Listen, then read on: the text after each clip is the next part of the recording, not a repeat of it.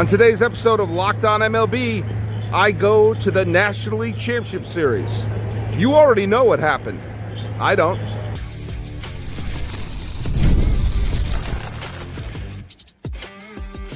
You are Locked On MLB, your daily MLB podcast. Part of the Locked On Podcast Network, your team every day. Hello, baseball fans, and welcome to Locked On MLB, part of the Locked On Podcast Network, where it's your team every day. This is the daily podcast. We talk about all of Major League Baseball. I'm your host, Paul Francis Sullivan. Please call me Sully. Follow us at Locked On MLB Pods on Twitter, or whatever they're calling it these days. And on Instagram, I'm your pal Sully. I'm at Sully Baseball Podcast on Instagram. But the best way to get a hold of us is to just click and leave a message on the YouTubes and use that hashtag EverydaySully. It helps us find your comments. And today's episode is brought to you by our good friends over at Gametime. Download the Gametime app, use code LOCKEDONMLB, and you'll get $20 off your first purchase. And I use Gametime today to get the tickets for where I'm at right now, which is indeed Dodger Stadium before Game 4 of the 2025 National League Championship Series. And let's quickly go over the trivia question, which was, who were the scheduled pitchers for Game 3 of the 1989 World Series before the earthquake hit? And Argonaut Comedy, who is at Everyday Sully, got it right. It was Don Robinson for the Giants and Bob Welch for the Oakland A's. Well, right now, the Milwaukee Brewers have better hope something big happens for them, because they're down 3-0. Now, you're probably watching this on Sunday. You know exactly what happened. You know what happened in the Mariner and Blue Jays series. You know what happened in this game here. I don't know. I don't have a clue, because the game hasn't started yet. I got here as fast as I could, and I got here a lot quicker than I thought I was going to. But I'm recording this part over here because apparently they think that all the music in the world has to be played so loudly that they could hear it on Neptune. And I don't mean the radio waves going out into space. I mean, it's just that loud. But when I last left, the Mariners were losing to the Toronto Blue Jays 2-1. And of course, we know what's happening here. The Brewers down 3-0. So we're going to find out what happens. I'm going to show you some of the sights and sounds of the game to give you some thoughts of what happened with Seattle and Toronto and what happened with Los Angeles and Milwaukee here. We're going to see if Milwaukee finally folded like a tent, and likewise, if the Mariners choked away their 2-0 advantage over the Toronto Blue Jays. All right, I'm going to get myself a Dodger dog.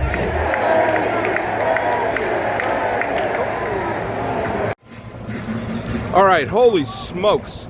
I just literally moments ago, the Mariners were losing 2-1 to the Toronto Blue Jays. And in my head, I was trying to, calculate, what am I going to say about this? The Mariners have wet the bed. The Mariners have done this. They still haven't gotten to within one win of the World Series. This is devastating and everything like that.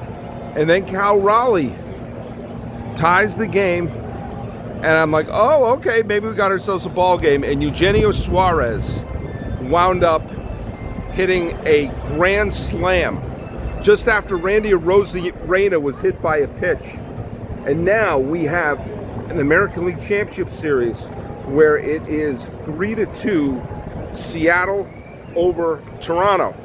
And we still got this one going on here between the Dodgers and the Brewers. But think about this. This is now officially as close as the Mariners have ever been to the World Series in their entire life. And also, think long and hard about this. The Mariners have stared Tarik Skubal in the face twice this postseason and won both of them. And Kevin Gausman, who's no slouch, faced him twice this postseason and won both of them. They have been in really, and did I mention really tight spots, losing late here in that against a Toronto Blue Jays team that looked like they had completely flipped the American League Championship Series onto their side. Not to mention the fact that they won that classic game, which was indeed started by Tarik Skubal, and wound up winning that one. This is a huge huge win for a Seattle Mariners team that has, first of all, they have to still win one. They have to go to Toronto, and Toronto can certainly win 2 games at home. But they've thrown their best pitcher. Just like the Tigers threw their best pitcher with Tarek Skubal. I moved around because someone was trying to get through here. And we are now in a position, we have never, ever seen a Seattle Mariner team that was within 1 win of the World Series until tonight. And they did so by, let's face it, their backs were against the wall. And if they lost this game, the entire narrative would have been Toronto got its groove back, Toronto stared a 2-0 hole and then flipped it. And to Toronto's credit, they did flip it. They were down 2-0 and they made sure that they're going to go back home. But now they can't. Now it's up for Toronto. Toronto already threw their best pitcher. And now we're going to see if Yasevich and maybe Bieber, they're going to have Yasevich, some combination of the law firm of Yasevich, Bieber, and Scherzer, 2 former Cy Young Award winners and someone who pitched like a future Cy Young Award winner against New York. They cannot afford a bad game. This is a tremendous Toronto team who has faced tremendous adversity throughout the year and stood up, dusted themselves off, took control of the American League East, wound up winning the games when they needed to, wound up beating the Yankees when they needed to, and then flipped a 2-0 hole into a 2-2 series. And they are more than capable of doing this. We've seen, as they did against the Yankees and in games 3 and 4 against Seattle, that when their bats are going, they're hard to stop. But their bats were shut down today. Seattle didn't get a great start, but the bullpen did their job, kept them within the game, and Cal Raleigh was there to smack them up, and Eugenio Suarez was there to smack them around in a grand Slamarino fashion. So is this what we're going to have in the American League Championship Series? We're going to have a Game 6. Fingers crossed. This could be a classic. Game 6s tend to be pretty dang good. All right, let's get back to this game.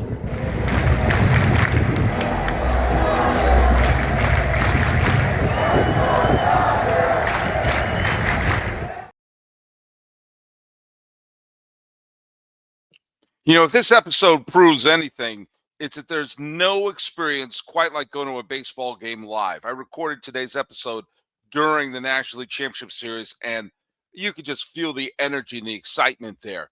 But, you know what, sometimes the process of getting tickets, that cannot be fun. You can have long lines, you can have login screens, surprise fees. It kind of takes the fun out of it. That's why for that game in the National League Championship Series, what I did, I used Gametime, the app that gives the advantage back to the fans. Gametime is fast, easy, and backed by the Gametime guarantee. You'll always get 100% authentic tickets delivered on time and at the best price. All fees are included, so the price you see is the price you pay. Now, I use the app. It's simple. I could find the seat. I have a section that I like to sit in, and it gave me the zone deals. I picked the section. Gametime picked the seats. And no hidden fees. The fees are included. You know your total up front, out the door, into the garage. No surprise fees at the checkout. And it's faster, it's cheaper, it's so less stressful than any other way I've bought tickets. So download the Gametime app, create an account, and use code LOCKEDONMLB for $20 off your first purchase. Terms apply. Again, that's promo code LOCKEDONMLB for $20 off. Swipe, tap, ticket, go. Download the Gametime app today. Well, the Mariners, as I mentioned before, have forced to get, or they have Game 6 that they have the 3-2 lead. Meanwhile, I'm here at Dodger Stadium, and it's been all Dodgers.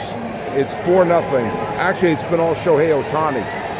He has, as of this recording, has hit more home runs than the Brewers have hits. He's in the 5th inning. He's allowed 1 hit, and he's hit 2 homers.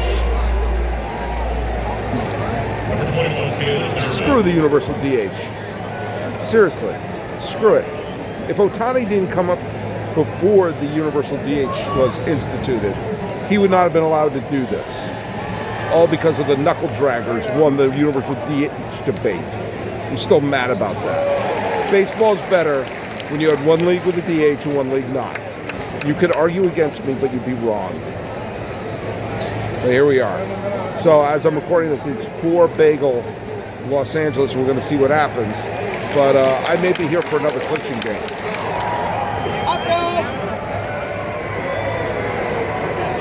This is an absolute calamity going on for Milwaukee. And if they want to do anything resembling turning this into an actual game, they got to dust themselves off like now. Like right now. But either way, this really is feeling like it's Shohei's night.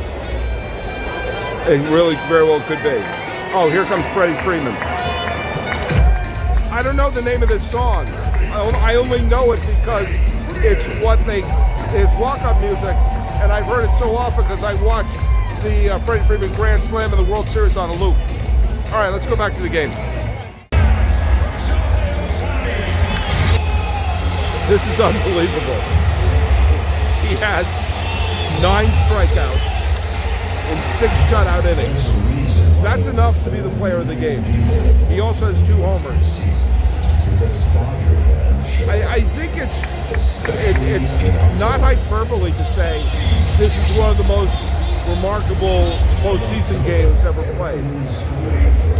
To dominate as a pitcher and as a hitter in the same game. I mean, what game am I missing where someone has dominated this badly for so thoroughly as Ohtani has done today?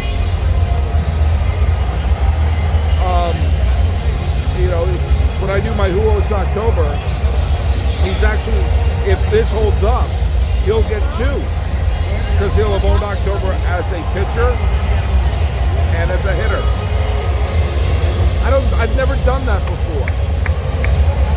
There were a couple times in Who Owned Baseball when I had a pitcher own baseball as a hitter. I remember specifically, I think it was Cliff Lee. I think I had Cliff Lee have a game where or maybe Cole Hamels. It was a Phillies pitcher. I don't remember. I remember it was a Phillies pitcher had a huge day at the plate. It may have been Hamels, it may have been Cliff Lee. But it wasn't in a clinching playoff game.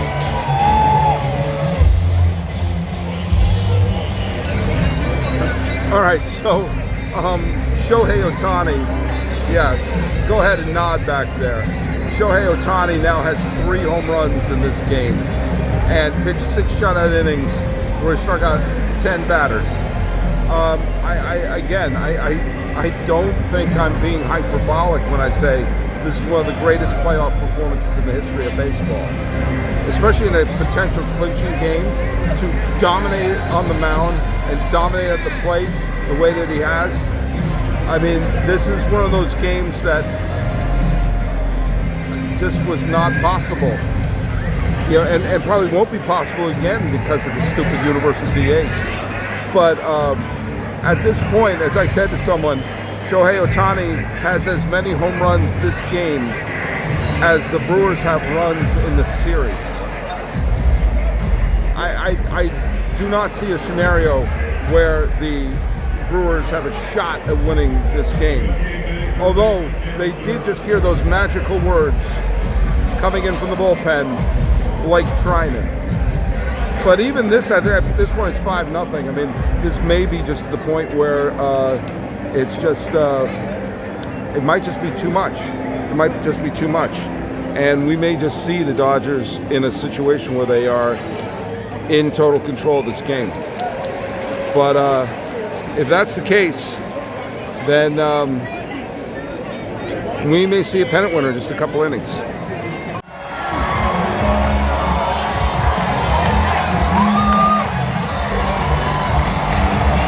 The Dodgers are going to the World Series.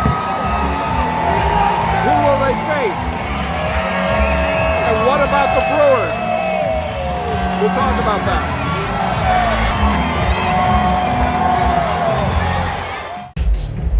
Right now, they're setting up the platform to do the whole NLCS Most Valuable Player ceremony here at Dodger Stadium.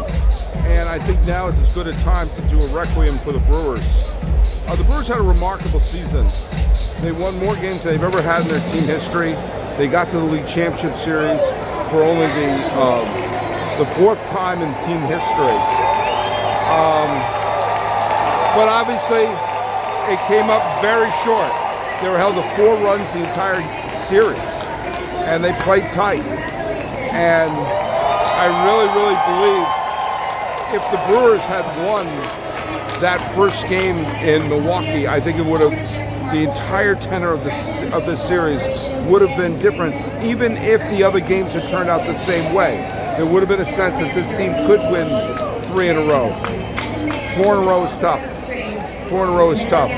The thing about the Brewers is they've been a playoff team pretty consistently since 2018. And the scenario to have them back in the postseason, back as a playoff contender, is there. But man, there must be a real sense in Milwaukee, if not this team, then what team? I keep pointing to the Royals in the middle of the 2010s, where they went to the World Series in 2014 and dusted themselves off and had an even better year and won it all the next. That's got to be the model for them. Keep the core of this team together. See if you can, get one more decent starting pitcher and hope that Mizorowski can develop, and one more big thumper in that lineup. I think they're still the team to beat in the National League Central. This has got to be a duck bench, and Chuck Freeman of Locked On Brewers has done a tremendous job this year. But the fact of the matter is this. They went up against the Dodgers, and it wasn't because of their payroll. It was because they played tight. That's all there is to it. That's all there is to it. Congratulations on a great year, Brewers. Came up 4 games short, and now here we go. They can't let the frustration of these 4 games get in the way.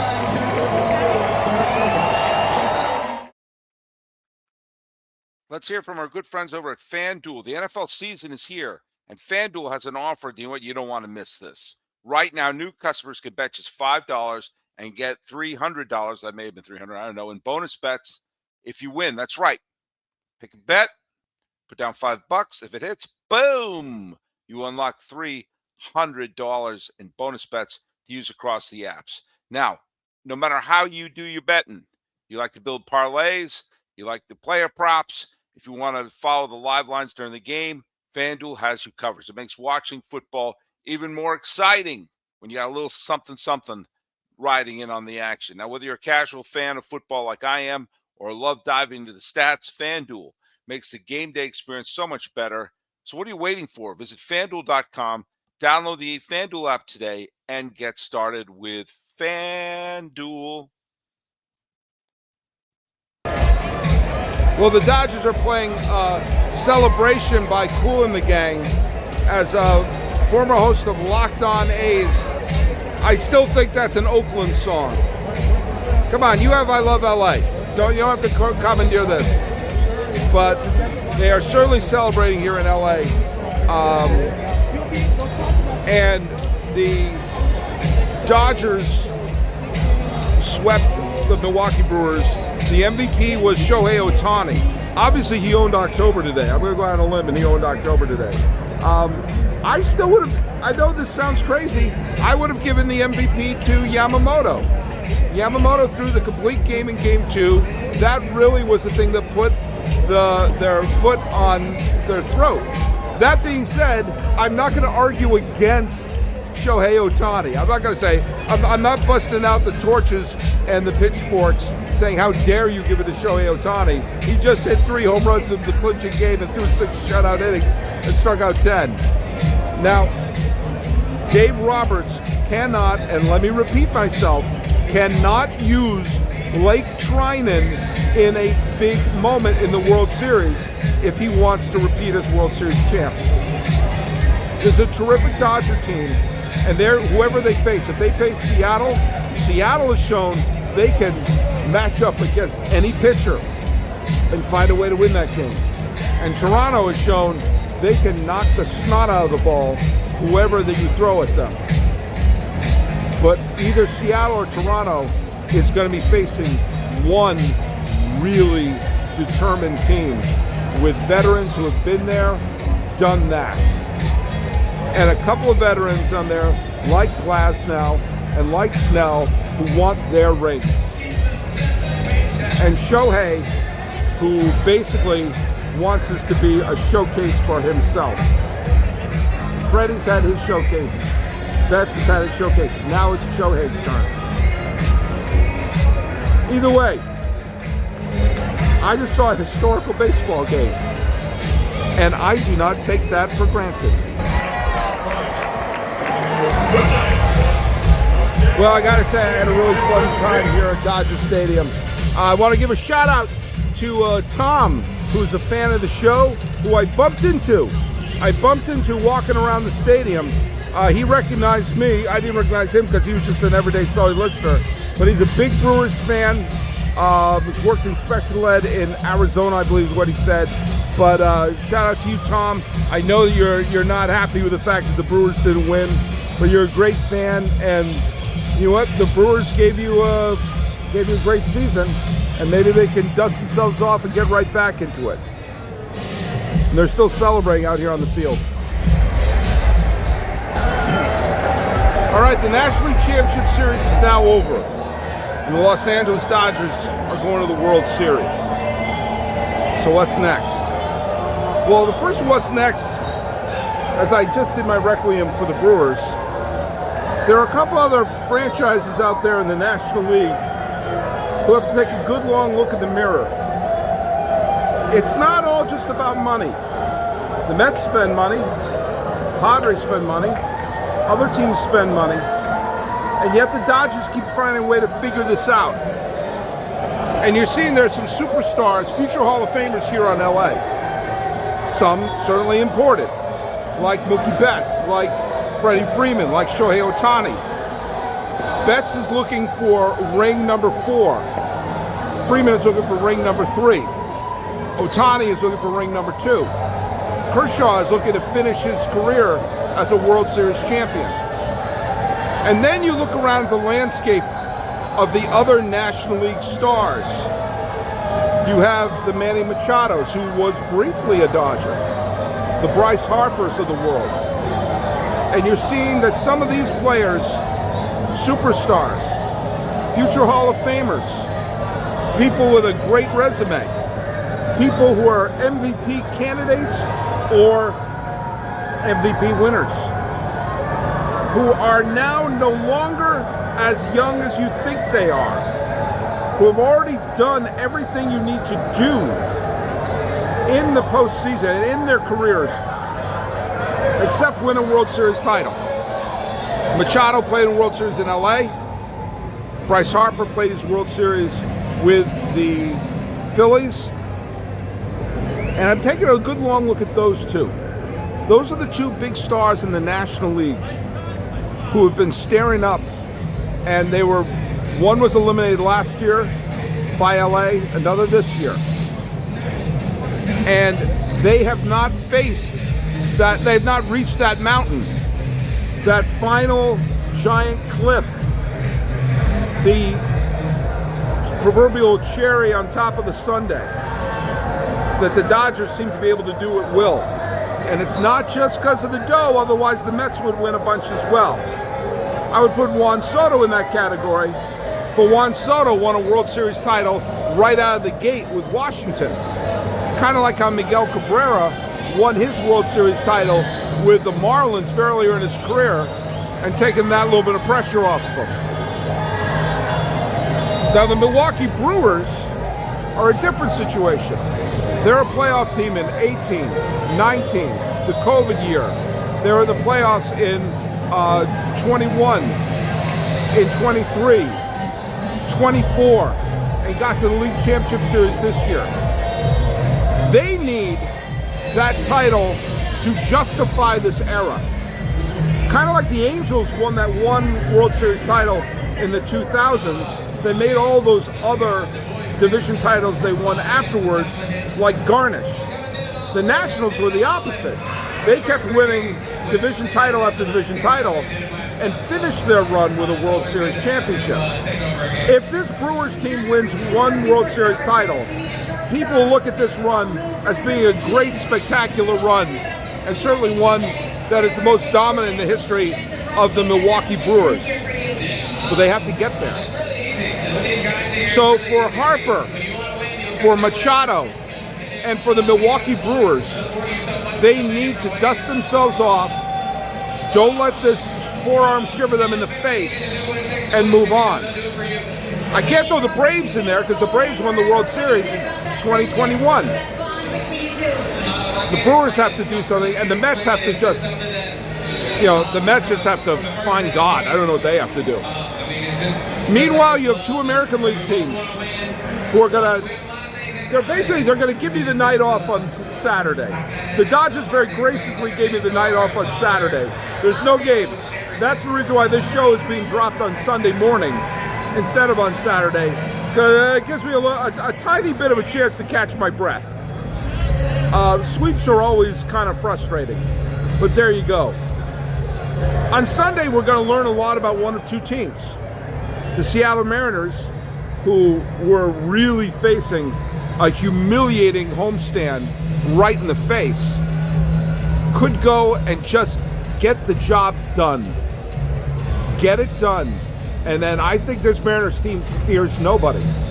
Or this Blue Jays team could shake it off, pull a Taylor Swift, and say, this is our team. This is our year. And I don't think there's a single pitching staff in baseball that this Toronto Blue Jays team couldn't hit. So we're going to learn a lot. A lot. And did I mention a lot about the Mariners and the Blue Jays on this Sunday and maybe this Monday? And then, well, after that, because they're going to play on Sunday, and if there's a Game 7, it's on Monday, and then we don't have baseball again until Friday. So I'll have Tuesday, Wednesday, and Thursday to actually get some decent sleep. But whoever they play, they're going to play the Dodgers. And there will be at least 2 more games here in Chavez Ravine. And that's pretty cool. By the way, thanks so much for making Locked On MLB your first listen. For your second listen, keep it right here and listen to the all-night, all-new Locked On Gametime show where you get local analysis on a national scale. Check us out here on the Locked On MLB feed or wherever you get your podcasts. I'm trying to yell over the Dodger players here. Let's go to the trivia question. Roki Sasaki got the final 3 outs and clinched the pennant. Who is the only Dodger to be the clinching pitcher of more than one NLCS? Who's the only one to clinch more than one NLCS? Be the pitcher on the mound when they clinched. Who was it? Put the answer right down here below. Talking about Game 4 of the National League Championship Series and a great comeback win by the Mariners and the Dodgers heading back to the World Series. And tip your hat to the Milwaukee Brewers for a great, great year, but for 4 games where they just were too tight. This has been Locked On MLB. I'm your host, Paul Francis Sullivan. Please call me Sully.